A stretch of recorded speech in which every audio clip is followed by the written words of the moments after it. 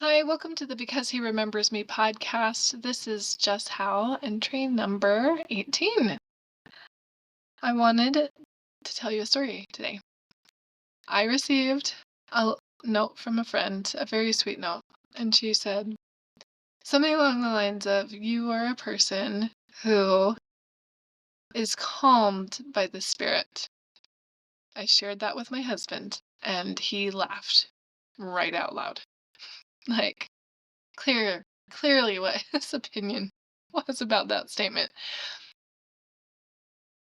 Okay, so I'm not always calmed by the spirit, and I think my husband is on the receiving end of many of my not calm moments. Just how many times I let my worries come out to him, or ask him for priesthood blessings, or whatever it is. And I was definitely having one of those stressful days today. I had a lot to do, I had a lot to get done. And I did not know where to start or where to stop. I did not know what was next. I did not know what was most important. And I don't know if you guys have those days, but I was just overwhelmed by the sheer magnitude of what is required to be a mom and a teacher at the same time because I homeschool. And I didn't even know where to start. Like, I needed to mow the lawn, I needed to clean the house, I needed to fold laundry, I needed to make dinner, I needed to order groceries, I needed to get caught up on my checkbook, I needed just to record all my transactions, I needed to do all these things. And I was like, yeah, I don't know where to start and where to stop. And I took a moment and I prayed. I was like, Heavenly Father, I can't do all of this. Once again, remembering that verse that I shouldn't try to run faster than I have strength. And suddenly, miraculously in my head, I realized I actually don't have to do all of this today. I have time for a little bit of cleaning tomorrow before I teach a lesson in the afternoon. I have enough groceries in the fridge to put it off one more day so I don't have to do it. So I have another very long night. I just things somehow became organized in my head. And as I thought about that experience, I did say a prayer. I did turn my thoughts and my um, frustrations to my Heavenly Father. But sometimes, in order to be calmed by the Spirit, there's a few different things that I could do or might do. One that I thought of was that I trust my overwhelm to Heavenly Father.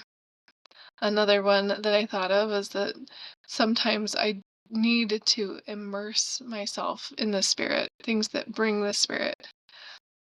And sometimes I just need to allow myself to feel it, to feel that instead of allowing my noisy thoughts to get in the way.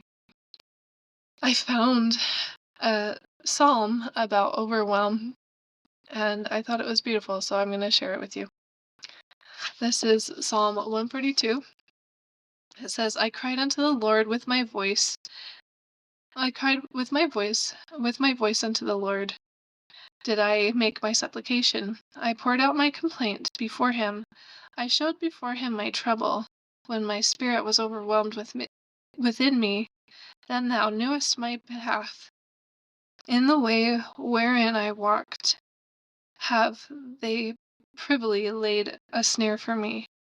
But look on my right hand, and beheld that there was no man that would know me. Refuge failed me.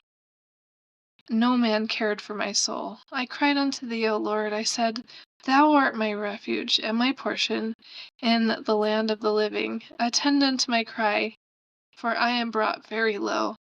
Deliver me from my persecutions, for they are stronger than I. Bring my soul out of prison, that I may praise thy name.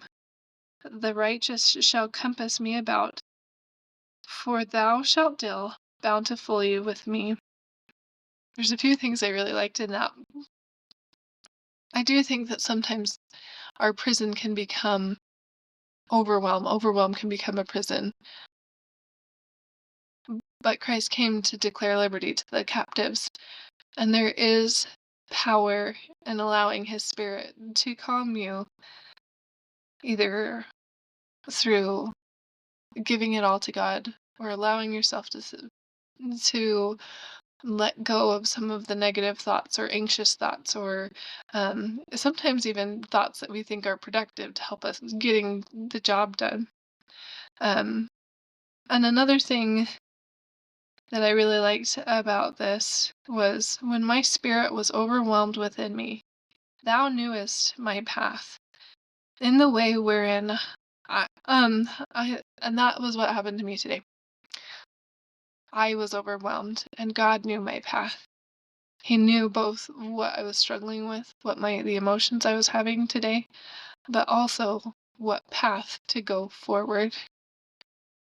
I felt the Lord in my life today. I hope you did as well. The Lord promised that if we seek him diligently, we shall find him. It has been true for me, and I know it can be true for you if you seek him. So until next time, happy seeking.